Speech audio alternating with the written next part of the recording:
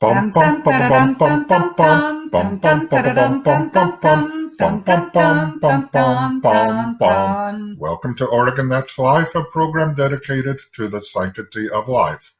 Your hosts are Teresita and Patrick Parson. We are the Culture of Life couple for the Oregon Knights of Columbus.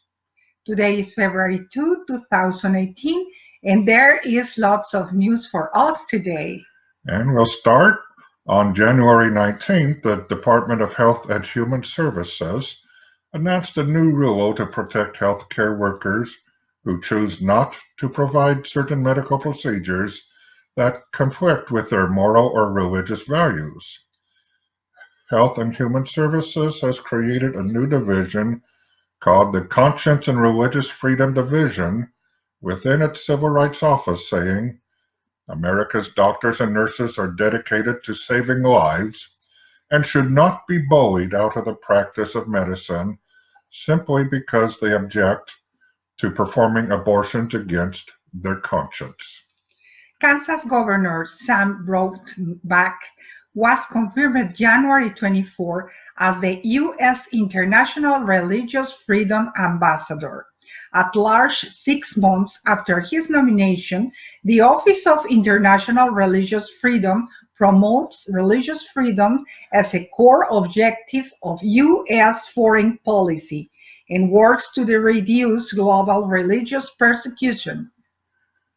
Now watch out for Oregon House Bill 4135. This includes last year's House Bill 494, which would allow the starvation or dehydration of certain patients with dementia or Alzheimer's. The bill will be introduced on Monday and will probably be moved quickly during the 35-day session. So time is of the essence. Tell your legislator you oppose HB 4135. You can find your Oregon district and legislators at www.oregonlegislature.gov.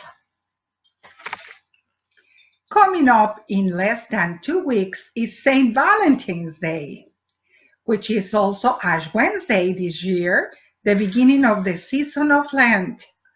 Now, what are you planning to do for Lent this year? Here's one suggestion. Try to get at least one Stop the Funding of Abortion in Oregon petition page filled this season.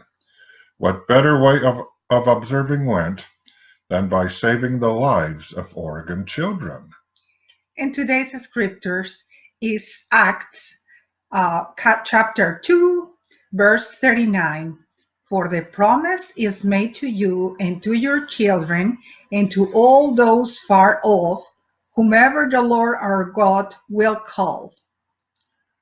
So doesn't chapter 2 of the Acts of the Apostles make quite clear how God does not just focus his promises to us, he also makes promises to our children. Any promise God makes to you or me is equally relevant to that child within its mother's womb.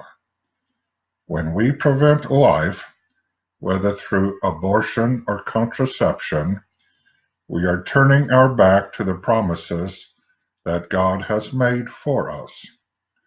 We have a duty to save the weak and the helpless. Save the weak and save the helpless, that is all our duty. We'll act and pray and not delay to make life more of beauty. Stand up for a life today, for the born and unborn. We will work and sing and pray till there's no need to mourn. We all share a noble mission, supporting life all day. Saving lives is our great mission, because life is okay. That is why we stand out there in the rainy weather, or the sun or windy air. We're saving lives together. We'll act and pray and not delay to make life more of beauty. And remember, Oregon, that's life.